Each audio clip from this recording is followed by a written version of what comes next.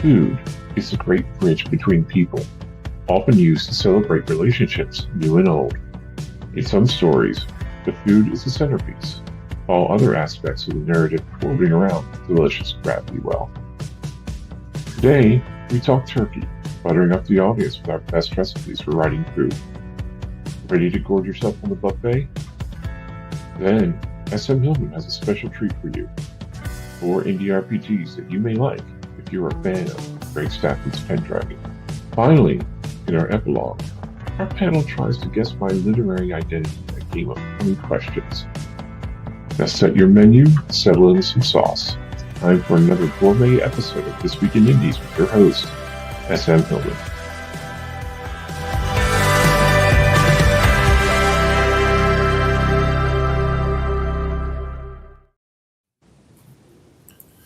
Good morning, everyone, or evening, wherever you be. Welcome, everyone, to another delicious episode of This Week in Indies. I'm your guac on toast, SM Hillman. That won't be my last pun, but before I spread more puns on rye, let's meet in potatoes our fantastic panelists. Hold on, I'll figure it out. Ariel. Hi, I'm Ariel Dawn. I'm most known for my Monsters of Ashwood series. I write primarily paranormal romance, monster romance of all subgenres. And if you are new to me and new to my books, you will discover that I am a foodie. So I love to put food and recipes in all my books. So yeah. Hi, everyone. DC Gomez. I'm primarily known for doing lots of urban fantasy and have lots of action-packed adventures. Also known for not having a lot of romance, so I apologize. But I give you a whole bunch of super action-packed. And for everybody who's been reading my stuff, you probably know that you'll be hungry by the end of my books. So come and join the fun. Mr. Grinch, Brian. I'm Brian Tan. I guess some of y'all will know my writing. Most of you know me from my appearances here on Go Indie Now with Joe Compton. Action, adventure, steam, and you're probably going to need either a cigarette, a cup of coffee, or a nice piece of pie when you're done. JD. Greetings, fellow humans. I'm your resident random-ass Puerto Rican indie writer. I'm having Triforce Tea. I've written 22 books. That includes poetry, that includes middle grade, that includes horror, that includes urban fantasy, and I love food. And food always plays a role, either from having Curiosity Cola and the Daydreams on the Sherbet Shore, and also the sounds of the Sherbet Shore, depending on the time of the year, are either mango flavored or plum, to something a little bit more nefarious, like a raw bar in a werewolf den. Nice. AF. Hi, I'm AF Stewart, Anita Stewart. I write fantasy, horror, poetry, steampunk. Food plays a part in my books. A lot of my characters have food obsessions, more so alcohol obsessions. Yeah. But food is there, and some strange types of food that people would think were very gruesome have popped up in some of my stories as well. Oh, come on. Yak steaks isn't that weird. No, I was thinking more along the line of fingers. Well, Finger sandwiches, crunchy. hey, they're referred to as finger foods for a reason. That's absolutely true. Before we get too deep into what we like to write, I'm curious at first what each of you likes, what kind of foods you like to read about as a reader, if you do indeed like to read about as well. Ariel, we'll start with you. I absolutely love to read about food in books because I am a foodie, and it's my love language. I remember things by literally, like, if I go on a vacation, I will remember everything about the vacation down to like what I ate because of what I ate. I can recall things that I literally ate like 5 years ago. I'll be like, even if I haven't been to the restaurant. So I love reading that kind of stuff in books too, because then I like to experiment and I like to either try to recreate it or it just kind of gives it a more tangible thing for me, because that's typically how I remember things. So I love to read food and books. Do I have a favorite?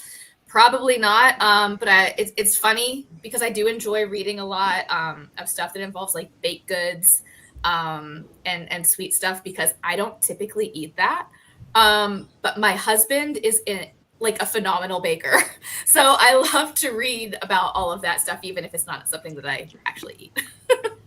Have any of his baked goods made it into any of your stories? Oh, all the time. All the time. Gotcha. Awesome. DC? So I think my food obsession and book started with cozy mysteries. I think that's kind of like my first introduction to the world. And everybody who's been in, I love the whole concept of like bakeries. Eventually in my other life, I want to own a bakery with a very Dominican touch in there. I don't know what I'm going to add, some plantains maybe. But I have this obsession in terms of like bakeries and, coffee and all that fun stuff. I am addicted to, Ariel, I don't know how you survive it, but I'm addicted to sweets. I don't know how I'm like, what? You don't eat sweets? I have an addiction to it. So I absolutely adore. So anytime a book has it, and if they can add recipes, I'm the weird kid that tries to make them. And then I realize this is not for me. I don't know why I'm experimenting with these things. I don't even know what these ingredients are. But I adore just having them and just making that transition to this book that can feel real and that I can taste it and kind of take that plunge into it. So that it's interesting you say that. Do you think that reading about food, or an author putting food and authentic foodstuffs in their story, gives more verisimilitude to the story, makes it more real? I have found out that you have a connection to food, and we understand that, like on a very, human level, what it should be. So when you add that extra concept to like they have to stop to eat instead of like I have an action-packed adventure and these people never eat for like 10 days, and you're like, how do you survive? It gives you that human element of like, oh, you do have to do that thing that the rest of us do all the time. So I appreciate it. Gotcha. Also, thank you for letting me use verisimilitude. One of my favorite words. Brian, what about you?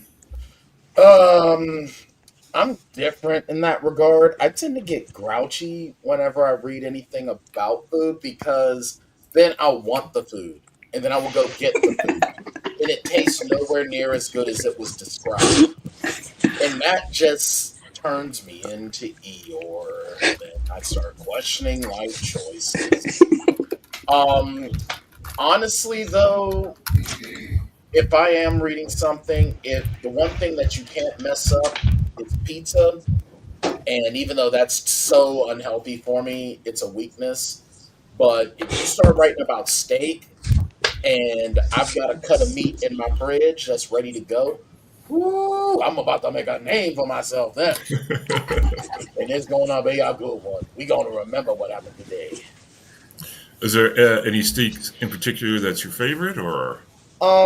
Honestly, I like roast. I like a good roast with just the littlest bit of fat on it. That way it's like that's the flavor. Throw some Lowry seasoned salt, a little bit of garlic, some oregano, put it in the oven at about 450 degrees for about an hour. You got just enough crisp, but it's still juicy on the inside. Woo, woo! And then next day, get about a pound of ground meat, cut up what's left over of the roast, and add some green pepper, some green onions, celery, and then two different beans, black bean and kidney beans, and then you've got a grand old chili. All right. Love it. JD? I love food. If you've seen me on social media, you'll see that I try random ass stuff. Most Tuesdays, I do Tasty Tuesdays, and I do taste tests, and that's part morbid curiosity, part research, and it's just something that I've always been fascinated by. The unifying aspect of food. We might not know the same language, but we can all understand. We can all understand that. We can all understand the reactions. We can all see when someone's pupils dilate because, oh Lord, what the hell am I tasting? And food, glorious food. In terms of food and reading food, I love and hate it. When it's done right and when it connects, I love it. It took me 18 years to try Turkish Delight. The first thing that I ever the first novel that I wrote that really connected with me was The Lion, the Witch, and the Wardrobe. And Edward, who was awful, fell under the spell of Turkish delight. Mhm. And then I had family members that were going to Turkey. And I was like, is there any way y'all can bring me some Turkish delight? And I remember that first bite, and it was transcendental, and it delivered exactly everything I wanted. And when I read something like that and then I try it and it's like that, I love it. By the same token, when I read something that's hackneyed or just lame, I will mention Percy Jackson and just how they talk about burgers and milkshakes. Reading that made me feel old. Maybe because I didn't grow up eating that, but while I still read The Lion, the Witch, and the Wardrobe, and I still feel like a kid inside, and I still remember that feeling of elation when I had a Turkish delight. When I read Percy Jackson, I wanted to toss because I didn't like Percy, and I didn't like the way that he enjoyed a burger because obviously he's a kid and he's American and he likes a burger and it was so cliche. I like exploration. I like trying different things. I like eating and sharing a meal with people is such a visceral experience, and it involves all the senses. When you slice into something that is well made or well baked, you go like, oh, that's so satisfying. It's almost like ASMR. When you bite into something that has just the right level of when you have a good apple and a bad apple, what's the difference? For everyone, it's going to be different. For me, a bad apple is when I bite into it and I just go through it and it's like, oh God. A proper apple, you can pitch with it. And when you bite into it, there's a snap to it. And it's tart and it's tangy. And every bite is so rewarding. So when I read stuff like that and I can connect like that, it's fantastic. And when I write in Spanish, I actually have a short story called Buen Diente, which is sweet tooth or something like that. And it's a chef. And it's a chef that knows exactly what's in the recipe that's not getting sold that day in that restaurant. And I read that and I know the 3 restaurants that I use as a reference. And I know the 3 dishes that I use as a reference. So it's something that I really lean into, something that I really enjoy. And for me, I will never choose a club over a restaurant to spend time with friends, just because we can enjoy so many things and share food. Absolutely. My little one just recently read, or earlier this year read, The Lion, the Witch, and the Wardrobe in class, and they gave them Turkish delight at the end of it. So Nice. I used to get so mad watching that as a kid because I wanted it and couldn't get it. Yeah. AF? Okay, well, I love reading about food in books, especially cooking scenes. Because I sort of got into the food and books things reading the Robert Parker Spencer novels. Because he's this hard-boiled detective, but he is also this cook, and he does all these dishes and cooks for his girlfriend and whatever. But, I mean, it got me into what risotto. I had never heard of risotto before I read those books, and now it's like, what is this magical rice thing that I must try?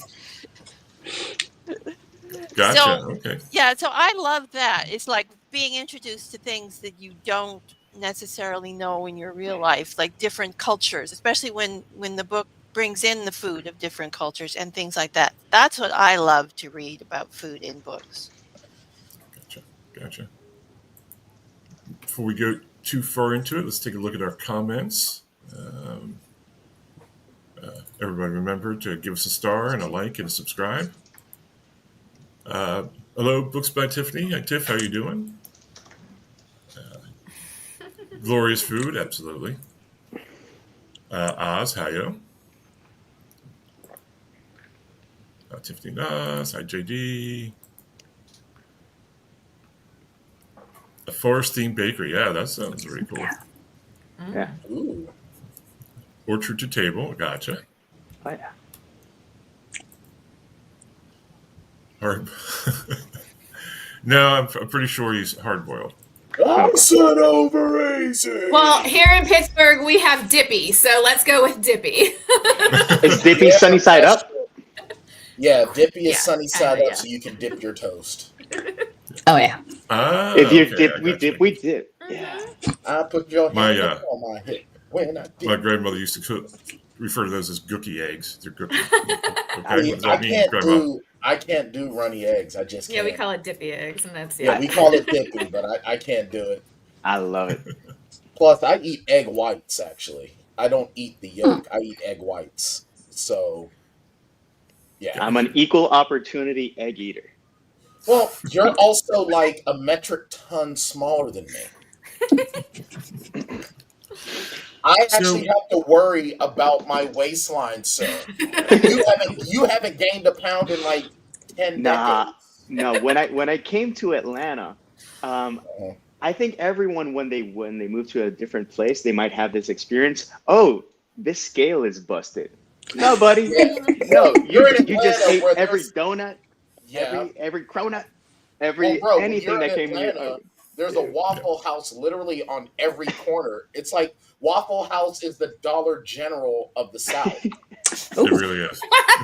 So you're gonna get a Waffle House everywhere. It's like I bet this Waffle House tastes better than this Waffle House. But I I also have drink a lot of never been Tri-Force to tea. a Waffle House ever. I've It's never an been to Really? experience. There's a I've gone Waffle twice. House in Washington County, Ariel. I've There's a never been to a Waffle House. You know what? ever. You and I are gonna get together and we're gonna go to that Waffle House and have I hear so coffee. many stories, and I'm like, I'm gonna take should I you. go?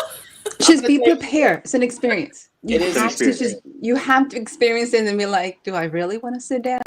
Is the food? Just close your eyes and take a plunge. Classic. It is a Yes. classic. It is a classic greasy spoon.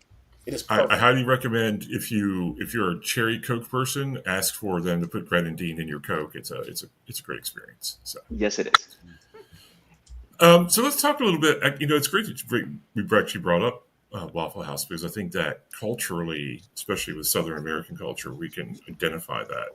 AF, I'm going to start with you. Why do you think having food as a cultural touchstone in stories is engaging and important? Well, it brings the reader into the familiar really quickly. I mean, like with the paranormal cozy mystery I'm writing, I mentioned Tim Hortons. Like for all you non-Canadians, that's a donut shop. I love me some I've been to Tim Tim Hortons. Hortons. I love me some Tim Hortons. Yeah, I mentioned Tim Hortons. Now, every Canadian reading that will know immediately what I'm talking about in that mention. So that's just a little, you can throw in like little Easter eggs or little bits of familiarity for readers, and readers will go, oh, yeah, I know that. It's like when you all were talking about Waffle House, you all know immediately what it is. I, of course, have no idea what a Waffle House is. We don't have Waffle House in Canada. Well, But, because it's impolite to make waffles because you have to punch holes in the pancakes. Oh, no, we make waffles. This is the home of maple syrup, people. We make waffles, we make pancakes, we make French toast, we make anything that puts maple syrup on anything. We even Proper put maple maple syrup syrup, in our proper. sausages, okay? I'm surprised you don't put maple syrup on your pizza. I wouldn't be surprised if someone hasn't tried that. I'm just saying. I know that there's somewhere. I don't know if it's Canada. I don't know if it's like in the United States, but there's somewhere that they do maple syrup on snow. Oh, yeah, I've heard of Canada. this. Oh, okay. Not the yellow snow, I hope. No. No. Hopefully. That's when you first get the maple syrup from the tree. You put it in the snow, and it's a treat. Mm. Oh wow! And when it comes out from the bark, it's actually clear. So that has to be a different flavor profile. Yeah, probably. I've never actually made maple syrup, so I don't know the thing. I've just eaten it from the bottle. So Shit, I'm gonna come live at AF's house because I'm going to Canada as a political refugee. So I'm coming to your house. There we go. JD, What was the question again? We talked about why is food as a cultural touchstone important to writing? Well, first off, food is fascinating, and how it varies from place to place is fascinating. When I say bread coming from Puerto Rico, it's going to be a different visual of what someone from Italy thinks, someone from the States thinks, someone from France thinks. It's going to be different, period. When we lean into the things that we love, DC mentioned Dominican food. And being from Puerto Rico, we had a couple of things come over. One of the best mints I've ever had in my life, or at least maybe it's just because of nostalgia, or there's There's love embedded into that memory. But there were these green mints that came from the Dominican Republic. My great aunt, she's the one that would give us those mints when we went to visit. I hadn't had those in like 30 years, and someone a couple of years back had them, and I'm like, wow. And when I tried it, it just took me back. So when you talk about food and when you talk about your relationship to food and the things that you eat, for me, I eat so many variations of banana and plantain that people go like, what? And when you speak to someone from, say, Russia, Belarus, Germany, that's not part of their staple. And when you have those conversations and you see where you link and where you have those gaps, that's an opportunity for humanity and to connect. For me, I have the mission that if I'm gonna write food, if it's fictitious, I want you to pine for it, and then you're at a random ass place that has a random ass ice cream flavor, and you try it and you go like, that reminds me of JD's book. And if it's something that exists, I want you to read it and to either cringe and go, oh, or I want you to go, where can I find it, and to go on that great hunt. Thank you. Brian? What's funny to me about food is that, like a lot of things when it comes to culture, there's things that separate us and there's things that unite us. But in a lot of ways, other than, one or two major things that I won't bring up, food is something that will either 100% unite us or will 100% divide us. Because there's certain foods that, if you're from the South, is a big deal to you. And those foods are foreign to anyone above the Mason-Dixon line. Like, most of my family's from Alabama. So whenever I talk to any of my friends that are Yanks that don't really understand what the deliciousness of grits, eggs, and bacon is, it kind of irks me off. It especially irks me when I heard someone actually say, when I was talking about wanting grits, and I wanted actual grits, and they said, why don't you just get the grits from the store? It's the same, right? Oh, No. God. No. Instant grits is what you get when you have no choice in the matter. Actual hominy grits are the grits that you should always have. Now, then when I started trying to lose weight, I stopped having grits altogether, which breaks my heart. So it's a lot of the times where, these different foods can really unite us because you're introducing people to something different. And, you might either expand their palate, or if they're not open to new things, that they'll turn away from it, So I probably didn't answer the question at all. But the one thing though is that when you do talk about food, and Ariel said it earlier, for a lot of people it's a love language, and the people who don't even realize that's a love language to them, that's what brings them together. For anyone that has people in the South, the stories about the family Sunday dinners. The ultimate form of showing love to someone is cooking for them. I did that for everyone that I ever dated or for friends. If I held them in esteem, I'd invite them over for dinner and I'd cook. I feel similarly when I talk about Scrapple. You either know what Scrapple is or you don't know what Scrapple is. And if you do know what Scrapple is, you have an opinion on it. No one is ever neutral on Scrapple. So What is I love Scrapple? Scrapple. What is it? It's the old style would be the leftover pig parts and a few fingers. New style, I think it's just leftover pig parts with some like some grain in it, and basically fry it up as a big patty, and it's delicious. But Fair enough. DC? So I think I come from a very unique perspective, a little bit like JD. I'm from the Dominican Republic, but I grew up in New England and then I moved to Texas. So my military background has brought me from like New York City to Kansas to Texas. So food to me is a journey that I want to take readers, and I want to introduce them to all the things that to me are like mind blowing. So like you talk about the South, like when my parents come and visit, they're like, is any vegetable green in your state? I'm like, I'm sure there is. after you fry it. I'm like, there is some green in here. So anybody who's been here, the first time I moved, like everything was fried. I was like, okra is fried. You name it, we're probably frying it. So when I want people to kind of get a concept of just the region and where they're at, I want them to feel it from like a very much native kind of perspective. I want you to understand what makes this food so unique to the culture. So usually, depending what I'm writing, if I'm writing for like the Texas perspective, I have no idea that it's not really Mexican food, it's Tex-Mex. And there's a difference. And I want to introduce you to that. And I want to introduce you to, Salem, Massachusetts, give you why we love clam chowder per se. So it is a journey that I think as individuals, when we go to other places, we just kind of indulge. So in the books, I want to bring that culture to life without kind of telling people I'm teaching you about the culture, just to give you a taste, just because I'm curious about it myself. Like I want to try everything. I want to do the whole finger food. I want to 50 things on the plate just so I can taste it all. So when I write, it's the same way. My books also are very kind of fun because you can trace my food journey through my books. I went through a stage that I was only vegan. So my main character doesn't eat meat. Well, guess what? If you're in Texas, being vegan is really, really hard. So her joke is, has anybody been down here? I am in the capital barbecue of the world, and she doesn't eat meat. So that's kind of one. Oh, yeah. So that is the joke. Even my readers like, you're mean. I was like, kind of fun. What do you do? What do you do if you have a gluten intolerance? How do you fix this? So it's kind of been indulging and kind of bringing your perspective into it by kind of like connecting with your characters and understanding food is part of who we are. Gotcha. Absolutely. Ariel?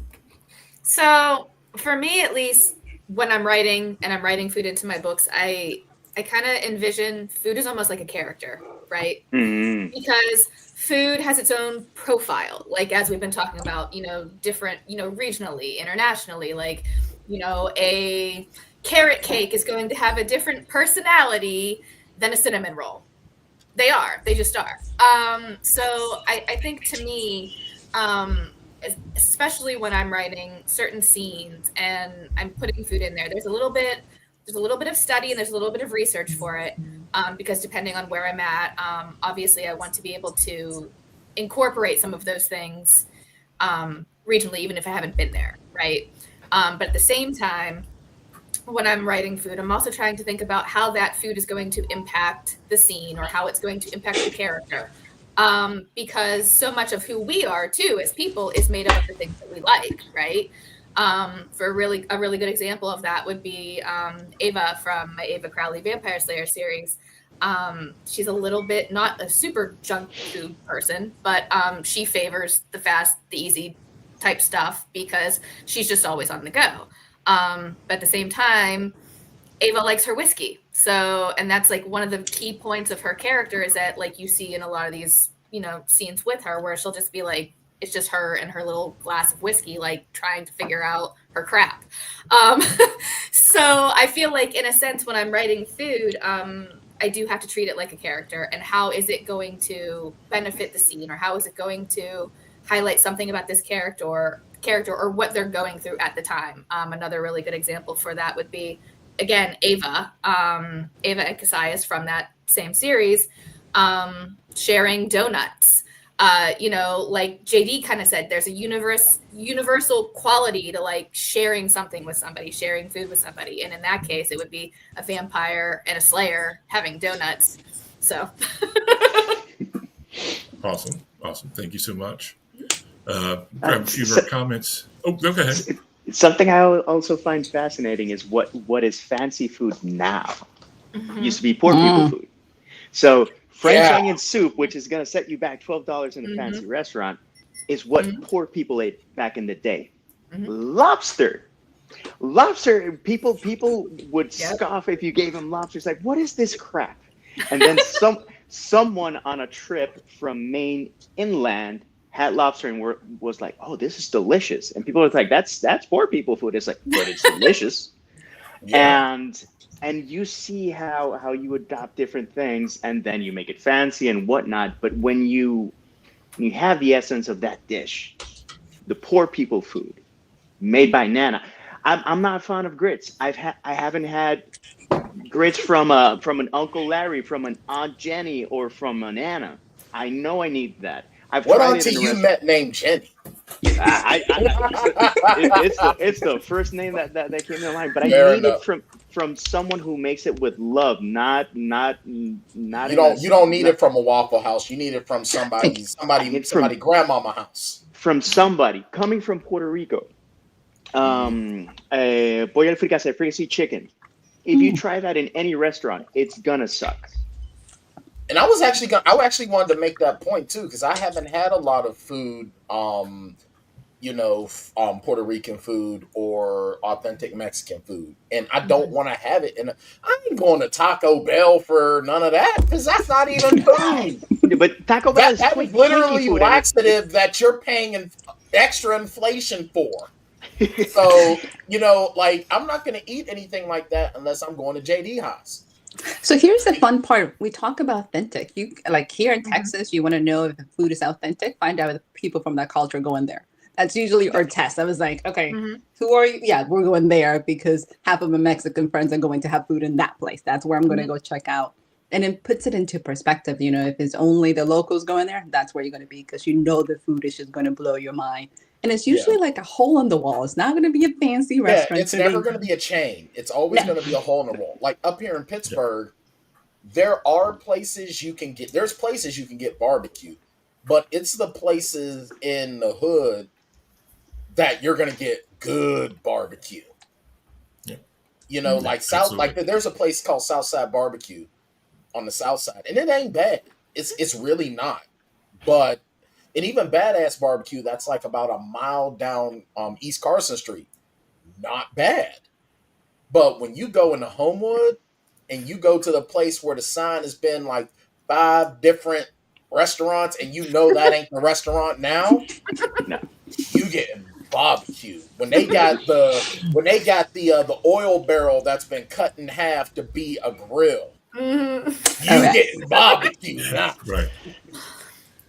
So, we have Vanessa's here. Hello, Vanessa. Late, but yep, no problem. All right, so let's take a break from food for just a moment. No, I know. I'm getting fatter about the second. While everybody looks at my dumb face in our indie game connection for this week.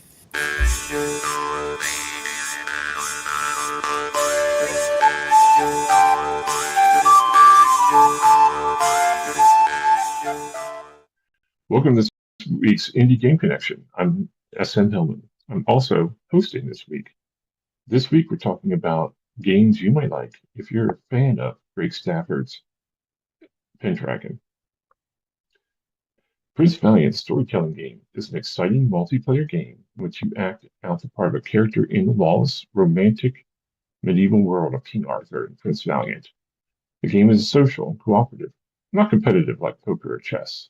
So the rules are short and simple, about the length of a magazine article. The players take turns as the storyteller, the group leader, moderator. Most of the book is not rules, but suggestions, pictures, and stories, all designed to make the storyteller's job easy and fun. Prince Valiant was a comic by Hal Foster, and the RPG brings Hal Foster's vision to life in the pages of the game to allow you to relive those adventures.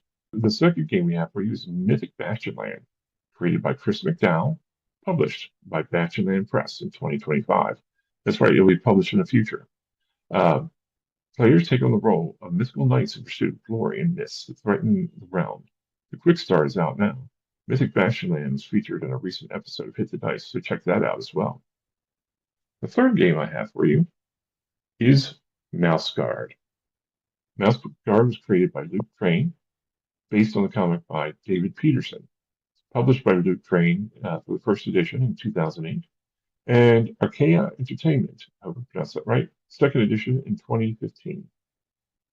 The Mouse Guard role-playing game is a tabletop role-playing game created by Luke Crane, based on the Mouse Guard comics, and his own Burning Wheel system. Mouse Guard is a pseudo-medieval setting about an order of anthropomorphic mouse rangers.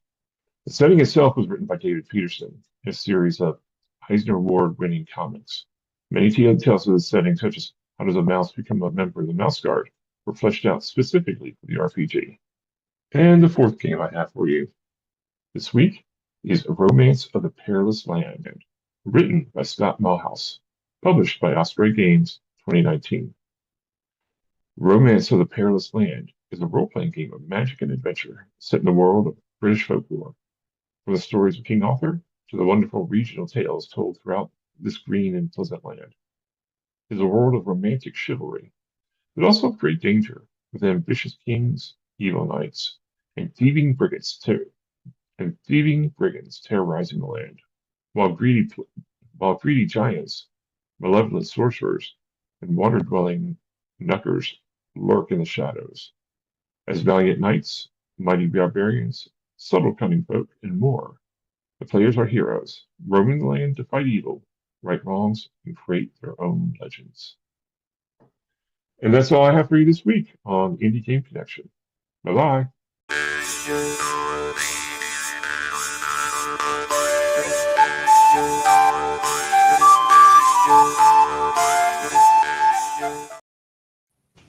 That's the music. Yeah. I didn't know that was going to be the music. That turned out pretty good. I like that.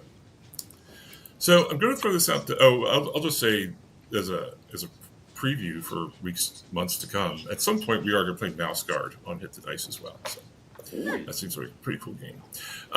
So I'm just going to throw this out to anyone. And I want to tie this into, we always tie what we talk about here, or I always do, with what to tell new writers when they're coming up, talking about food and things like that. So do you have rules for writing food? And what would you tell a new writer who wants to write about food in their stories in a significant way?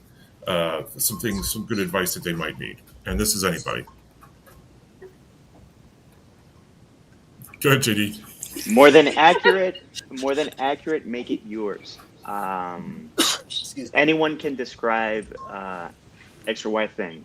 What does that you're describing mean to you and to your character?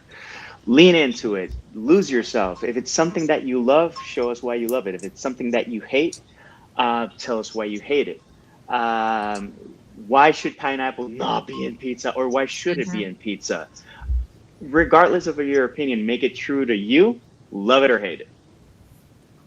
Gotcha. Awesome. Thank you. I really love how JD said that, because I think sometimes we want to get so technical in describing the food that we forget why the food is important to us when we put it in the story, or why the food is important to the character. So when you're thinking about it, if you can imagine one of your friends that likes this and how they feel about it, cutting that feeling to the food is the part that makes that connection with readers.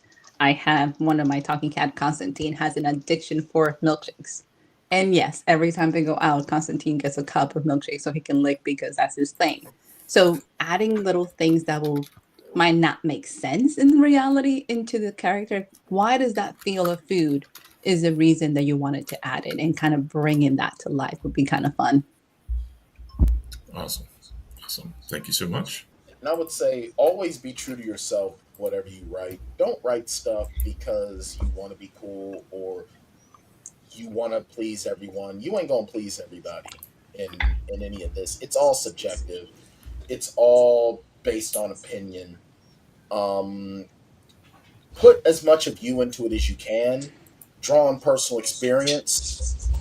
And make sure you have all your ducks in a row. Unless you're writing stuff to be sort of specific to your world, where you're rewriting the rules of the real world, make sure you know what's what. If you've got a character who's centuries years old, and they're working on a particular dish, use some of those details of how they used to make the dish when that, like, I write some urban fantasy, so a lot of my characters are vampires that are from a century or so in the past. Maybe they'll refer to their food by what it was called then. They'll put ingredients in it from then. Or maybe have them be malcontents for the way things have changed. Be true to it, and, make it a love language. So that when you get a person that's a foodie, they can see that you took the time and the care to put understanding and research into something that they're into. You ain't trying to please everybody, but you're still trying to have all your ducks in a row. Right. Yeah, I'd have to add to that because I write a lot of historical fiction. Mhm. And so if you're putting food in historical fiction like I do, you do have to do your research because things that you do now weren't back then. And some of the, like, I had a wedding cake in one of my stories, and like, you wouldn't have chocolate or red vanilla or anything like that. It was basically a fruit cake with marzipan. Mhm. Yeah, so you have to do things like that, and I must have done it right though, because one of my beta readers said they wanted that cake. So, but there's things like that, and if you're doing like a Renaissance feast, they would have things like, or a medieval feast, they would have things like where the pie you cut into the pie, and live birds would actually come out of the pie. So you can add so much if you're doing historical food things into your book from just doing good research. Marzipan sounds like a planet in a Star Trek episode. But It tastes like it too. I think jumping on that a little bit, I think the best advice I would want to give to people who are, either aspiring authors or maybe authors who just want to, put more sensory details like food into their books is to understand first what the avenue that you need to do it is for. So like, are you using this food to say something about a character?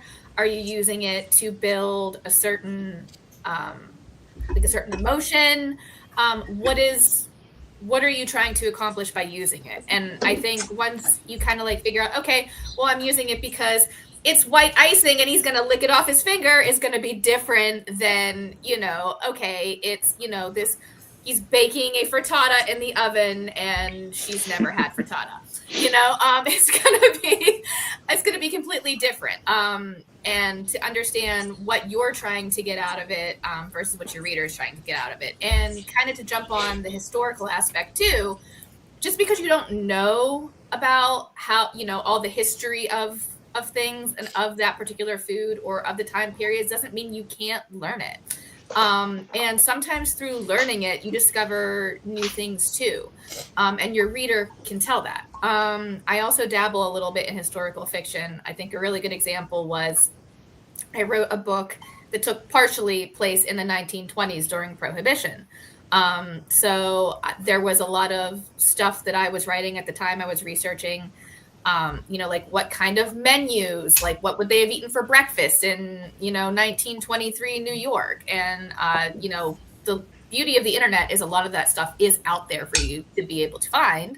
So while I was researching all of that, it kind of gave me a little bit more of an interest and a little bit more of a feel. And then I kind of, fell into the rabbit hole a little bit. But once I came out of that, it gave me a better understanding of not necessarily just the food itself, but the time period and how it was revered. And I think that helped in the long run, even if it was just for a paragraph, even if it was just for, a line, understanding how it affected that time period and those characters makes it a little bit more authentic. So. And about being authentic, I have a character based on Mom, and she appears in several of my projects. The name of the character is Mrs. Fawn. Anyone who knows Mom or knew Mom and had her lemon cake will remember that lemon cake. So when lemon cake does make an appearance in any of my works, whether it's the Human Cycle, whether it's the Daydreams on the Sherbet Shore, or whether it's in Given to Fly in Any Odd Venture, there is that emotional component. And people, when they read it, they go like, I remember your mom. And when you put a little piece of yourself like that, people do resonate, and they do feel that. So just be as genuine to when something's really special, just hold on to it and share it. Yep, I think that's really good. Let's see. And I'm having green tea Kit Kat. I have green tea Kit Kats too. They're in my desk. Biologic Twinkies because of Zombieland. I get that. Says Zombieland does make me want Twinkies. Yep. Even though they taste like sponge and nothing anymore. Like they're nowhere near as like. Can we just address the elephant on the near the food truck? That there's a lot of foods from youth that were the bomb back in the day that just aren't it anymore. Twinkies, McDonald's, Pizza Hut. These things were bomb back in the day. Now it's just red bean paste. Kit Kat. That looks good. For me, when chicken McNuggets first came out, they were delicious, and the hot mustard sauce, which I still use to this day, was delicious. But sometime that was like 86, 87. That was like I was gonna say that's mid 80s right there with the chicken McNuggets. So by the 90s, however, the nuggets. I guess they ran out of fresh nuggets, so they started with the nuggets they had left over, and they changed up their mustard sauce. And I was like, well, it's like KFC's. They can't even call it Kentucky Fried Chicken anymore because I don't even think it's really chicken. It's like some chicken byproduct. It's like it's nothing but grease and like old bones. Like, am I eating a 2-piece or is this a hoodoo ritual gone wrong? Like, what are we doing here? That's why I like cowtails. If you try cowtails today, they still taste the same as they tasted 20 and 30 years ago. And I'm like, exactly. That's what you have to do. Well, if you have Coca-Cola or Pepsi now, and you compare it to what you had when you had those small glass bottles about yay big with a foam wrapper, that was the best. Or just you would go to Pizza Hut and they would give you the most carbonated drink in existence that would just burn your nostrils and bring out the life in the pepperoni. Yeah, or it's not the same. It's not like we get the gluten-free chicken nuggets at Aldi, and those are pretty on point. And then I'll get the there's a sugar-free hickory barbecue sauce. I'll get that and put some honey in it so I can have my honey barbecue. And I'm like, all right, now I'm happy. I'm gonna ignore that evil number that with calories beside it on the bag. What I find fascinating is when someone like, oh my god, I just discovered this. It's like, dude, I've been doing that since I was like 8. So I'm pretty sure we haven't had Aldi since you were 8. We've already established that you're a millennial old. Nah, I'm a Zennial. I am at the cusp of Generation X. That is true. I am the old man when it comes to you and I. So as we wrap up, before we get to our epilogue, we've talked about coffee and tea and alcohol, I think, on This Week in Indies at other times or other shows. But real quick, each of you, do you have a favorite drink you like to put into your writing? Blood. Coffee. Coffee and alcohol. A lot of blood. Yeah, apparently alcohol is one of my favorites. Don't know why, but it pops up in every freaking book I'm writing these days. Well, my characters are always drinking. Well, see, I've got raging alcoholics. I'm so afraid.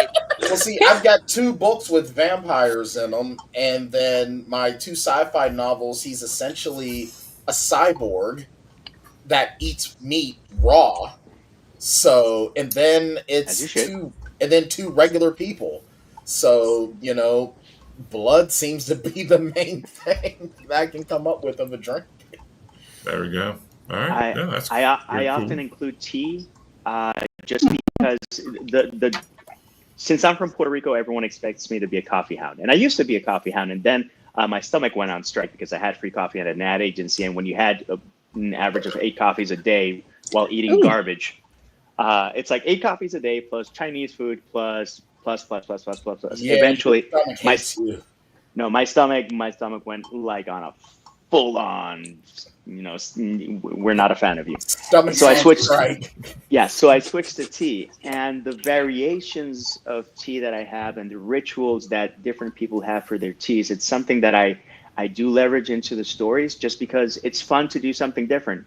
Some people are very methodical. Some people pop it in the microwave. In the human cycle, part of the ritual that they had is that they would get water from a stream, and then there would be like these logs that released steam puffs, and that's how they would make the tea. It's like each one was progressively hotter until the tea was done. And just to go through that process and make it part of the story, that to me that was fascinating. And I've done it in different ways just because I love coffee. Do not get me wrong. I still have coffee. I had coffee this morning, and it was Puerto Rican coffee. But since I'm not expected to enjoy tea as much, and people go like, "Why do you drink tea?" And I'm like, I didn't know there was a law that prohibited Puerto Ricans from drinking tea. But okay. And there are, when you have Japanese tea, when you have the tea from India, when you have tea from Sri Lanka, when you have tea from China and different places, and the way that they approach it is fascinating. Yeah, there's a lot of history and a lot of, a lot more that just goes into just tea. It's not Lipton. That's not Lipton. Yes, Yeah. I only drink herbal loose leaf tea. Yeah. And I think too, tea is one of those, and how you drink it is one of those touchstones in the story that can talk about class and culture as well, right? Very much like, oh, okay, they're drinking this way. Okay, I kind of get that. So. I've never been able to get into sweet tea. I've been in Atlanta 8 years, and I love sugar water, just not that one. Look, I came to Texas and I was introduced to it. I was like, this is not sweet tea. This is just sugar. The sweeter the better. So I felt like the guy from Men in Black, sugar water. Yes. Pretty much, yeah. It's kind of like that scene in House Party where the kid is making the Kool-Aid and he's just pouring the whole bag of sugar in it. He's like, just thinking about drinking that make my teeth hurt. I'm like, that's good. What you talking about? I'm like, no, that's diabetes in liquid form. I remember the first time I made sweet tea down here in Atlanta for someone, and they were like, "Oh, how much sugar did you put in?" I'm like half a cup. And she's like, "Oh, no, I usually put in more than that." And I'm like, "Oh, okay." So yeah, apparently you like diabetes with your color brown. Yes. You don't stop until there's sediments at the bottom, like a good amount of sediments. Yeah. Yeah, if you're doing that, then basically you want your tea to send you back in time at 88 miles per hour. And then you can rest by emptying your bladder and bowel because it has just flushed you. And then you're going to crash for about 4 days. But that goes with everything. Like with spicy food, sometimes you like ask because sometimes you try something where your stomach already resents you and your asshole is going like, dude, what are you doing? This is not going to end well. This will not end well. I am going to regret this. But it's good. Oh, yeah. I'm going to regret it, but damn it, life choices are mine. That's right. Now, regrets are unprofessional, so I never regret food choices. All right. It is time for our epilogue. Yeah, we need epilogue music, but I'll work on that show.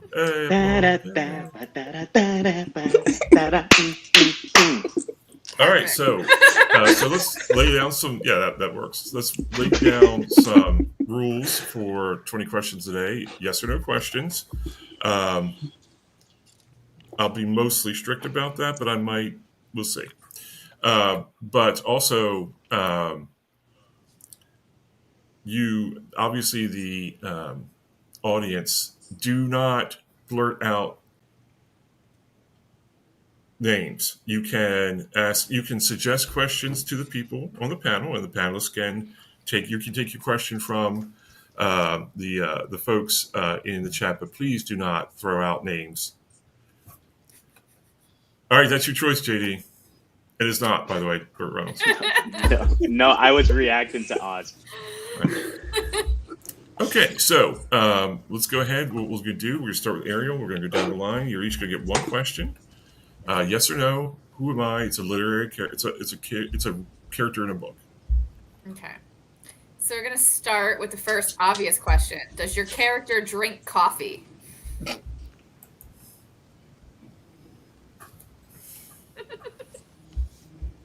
Now he has to research. Yeah, I'm going to say yes. Yeah.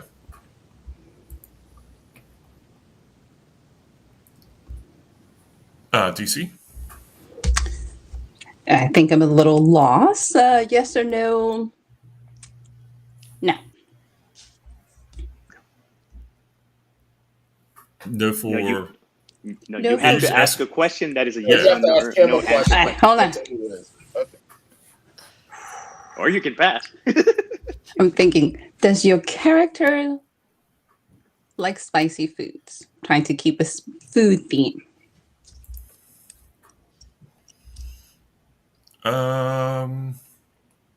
No.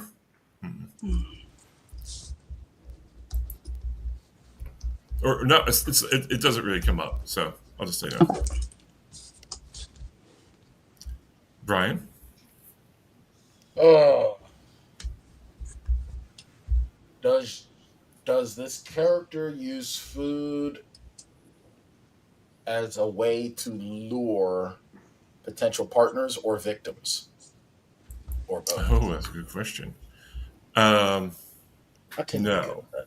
All right then. No. Is your character a child? No. Adult. Okay. AF? Is your character male?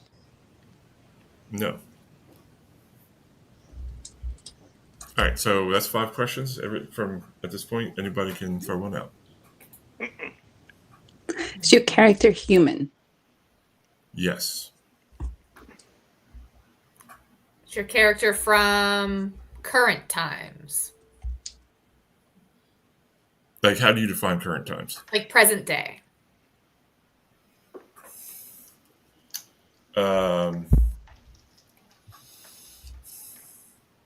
Post 2000, so we'll say that. Shit.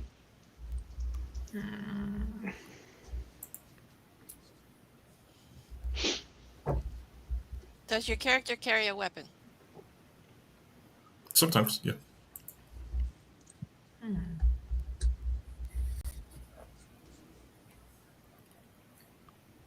Does your character defy gravity? No. Is this character supernatural in any way, shape, or form? No. So that's 10 questions total.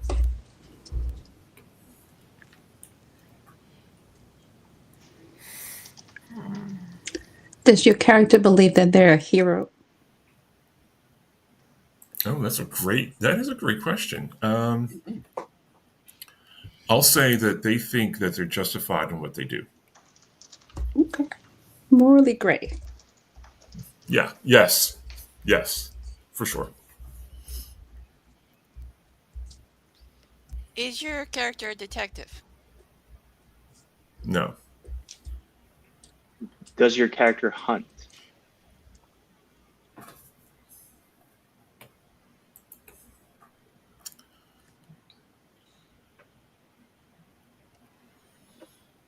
Oh no.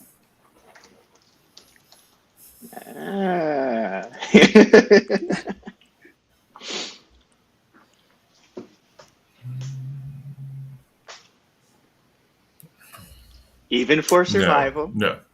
No. You're Damn it. so close, JD. So close. I was like, I think I got it. No, I don't.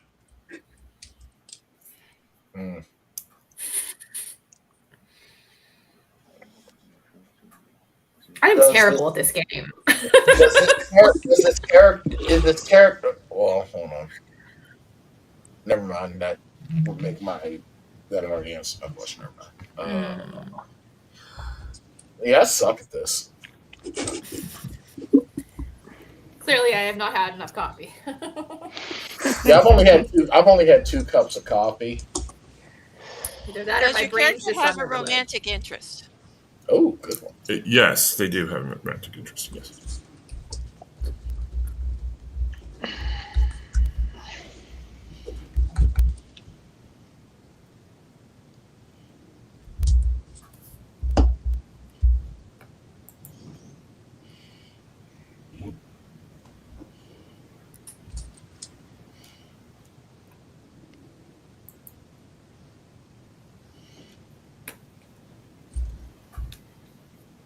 So that's what, 13 questions? Man. Do we get clues in this game? Because we're not very good at this. So I'm like, I can't think of anything that hasn't been asked. I'm like, Is your character in their 20s? Oh,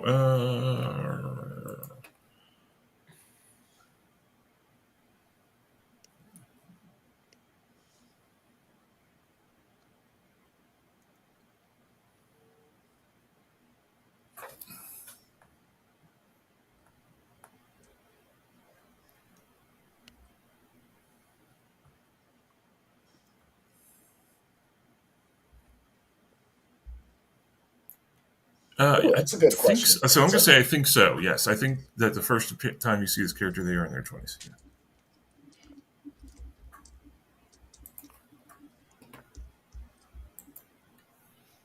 Damn, Vanessa coming out with the zingers. She is. So yeah, but when you, yeah, you can guys, when you can ask that. Those All right. questions. So does he have? Does this character have a nemesis or nemesis? Nemesi. Nemesis. Nemesi.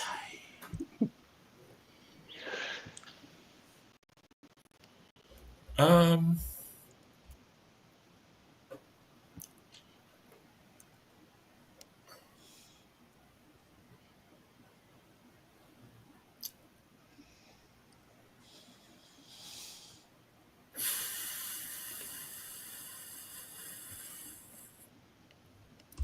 This is supposed to be fairly well known. All my questions and the answers, I'm like busted. I'm going to say in the traditional that which will destroy us definition, no, but the character does have other characters that they don't like. So yeah.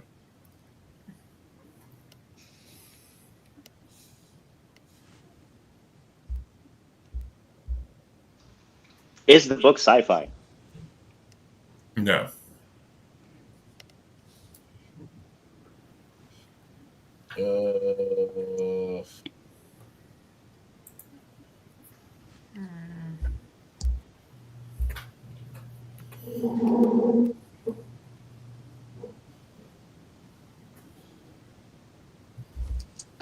So that's what 16 questions. 4 questions left.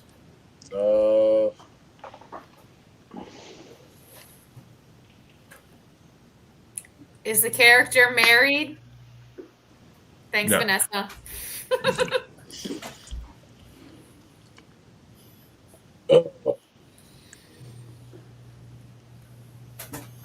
And now I'm laying off the sci-fi because other times I've done sci-fi, people are like, I don't read sci-fi. I'm like, oh, okay. Well, I don't read it anymore, to be honest. Which is probably the worst thing you can admit as a writer. I don't read. I read, but not as fast as I used to. I don't even have time. I don't really even have time to really read anymore. I barely have time to write and exist. Besides, I was elected to lead, not to read. 3 more questions. All right. Does this character have sort of a signature character trait? Yes, they do. Oh, it's useless. But at least I got a guess. Since it is food based, is your character a chef?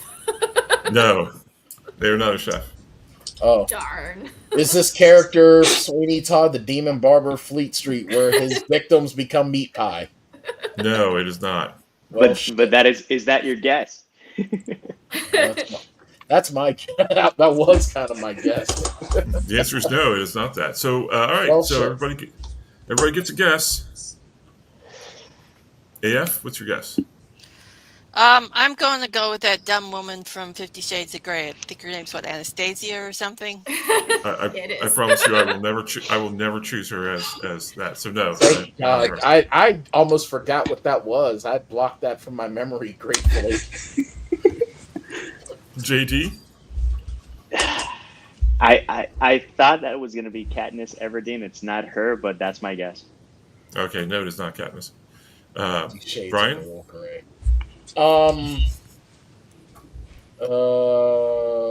She was in the teens, not in the 20s. One of the kids from the line of Chronicles of Narnia. Who's that? Remember the characters in her 20s. Oh, that's right. Never mind. Nope.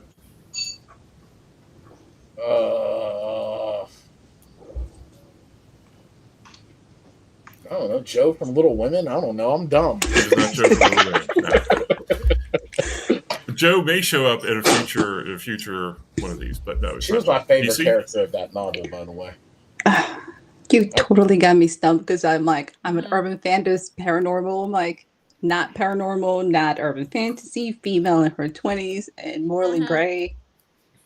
Is it that girl from like the Money books? Like, the Plum? Stephanie Plum. Stephanie Plum?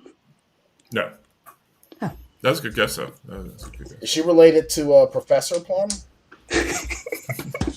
Ariel, it's your go. You can say. I was gonna guess Stephanie Plum, so that was my guess. Yeah, we're like. All right, so like, nah. The character is Lizbeth from Girl with the Dragon Tattoo. Damn it! Oh. Never read because the subject matter is I when I read the synopsis, I was like, I will not be reading this. Well, Rooney Mara. I've not read it either. Rooney Mara was hot in the movie, I guess. Kind of creeped me out when she was banging Daniel Craig. He looked like he was old enough to be her grandpa, but that's beside the point. That's all right. So I want to thank everybody. I want to thank everybody for being here today. So, AF, we're going to start with you. Go ahead and tell people where they can find you on the web. Okay, well, you can find me at my website, afstewart.ca. I'm over on Blue Sky, Facebook, here on YouTube. I host the Shadows and Ink podcast and the Words That Kill podcast that's on the Go Indie Now. And basically, I'm all over the place, so you can find me. Just Google AF Stewart. Yep, and in a Tim Hortons near you. I don't know. Do you actually go to Tim Hortons? That's a good question. Not as much as I used to because I don't go out of the house as much as I used to. Gotcha. JD? If I'm online and your preferred social media platform, it's going to be JD Estrada Writer. I'm in most places except Tumblr because I'm not into feet, and Twitter because I refuse to call it X, and because that means that I'm on YouTube, I'm on Facebook, I'm on Instagram, I'm on many social media platforms. I'm a bit quiet lately because I'm not feeling it, but if any other platform changes their terms and conditions to be relatively questionable, I will not be there. So enjoy me while you can. Absolutely. Brian? I am begrudgingly on social media. You can find me on Facebook. Just search Brian Tan. I've got woke in my profile picture. I'm on Blue Sky as author Brian Tan. You can see me on Go Indie Now. Apparently, Joe will have an announcement about a project that we're going to be doing together in the new year. If you want to search my writing, just search Brian Tan on Amazon, and you'll get to my work. And yeah. Awesome. Thank you so much for being here. Thanks for having me. I think the easiest way to find me is check out my website, which is dcgomez-author.com.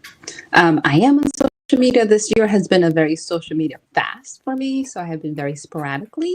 So I'm trying to get back. It's just really, I feel like JD and Brian, it's very hard to get back into social media when you've been off for a while, but I'm trying to get connected again. But I am there. TikTok, Facebook, Instagram, you guys can find me. So, all right. Thank you for being here today. Thank you for having me. Oh, that's Brian again. Nope, that's Brian. Hey! Ariel? I'm Ariel Dawn. You can find me at arieldawn.com in the corner there. I am on social media. I'm pretty much everywhere you buy books. I'm pretty much everywhere you have social media. I did just join Blue Sky, so I'm over there. You can find me most of the time on Facebook or Twitter. Or not Twitter. TikTok is what I meant. Got rid of Twitter a long time ago. And Instagram as well as Wrong Turn Romance. If you want to check out some of my book reviews, and right now my holiday movie reviews, which is always a fun time. And I'm also on Instagram as Ariel Dawn 5. So yeah, I'm pretty much everywhere. Awesome. Thank you so much. Again, I'm SM Hillman. I'm the host. I'm the occasional host, although a lot more occasionally now. On This Week in Indies, I also host Zero Means You're Dead, which is where we talk about indie RPGs. And the next one of those is coming up on Multiverse Editions, coming up on December 7th, I believe. I host and produce Hit the Dice. Sometimes I GM, sometimes I play. And that's our 2-hour actual play show where we play an indie game, and it's usually a lot of shenanigans and fun. This week we have 21 Grams coming up on, I think it's Wednesday, but coming up this week is 21 Grams, where Joe will be talking to indie musician Eric Distad. Eric, I hope I pronounced your name correctly. And so, yeah, that's everything this week for Go Indie Now. I want to thank our panelists for being here. You were all great. It was a great discussion, and I'm hungry as heck now, so I'm going to go and actually eat real food, not just normal food. And everybody remember, it's always time to go indie now. Thanks, everyone. Out.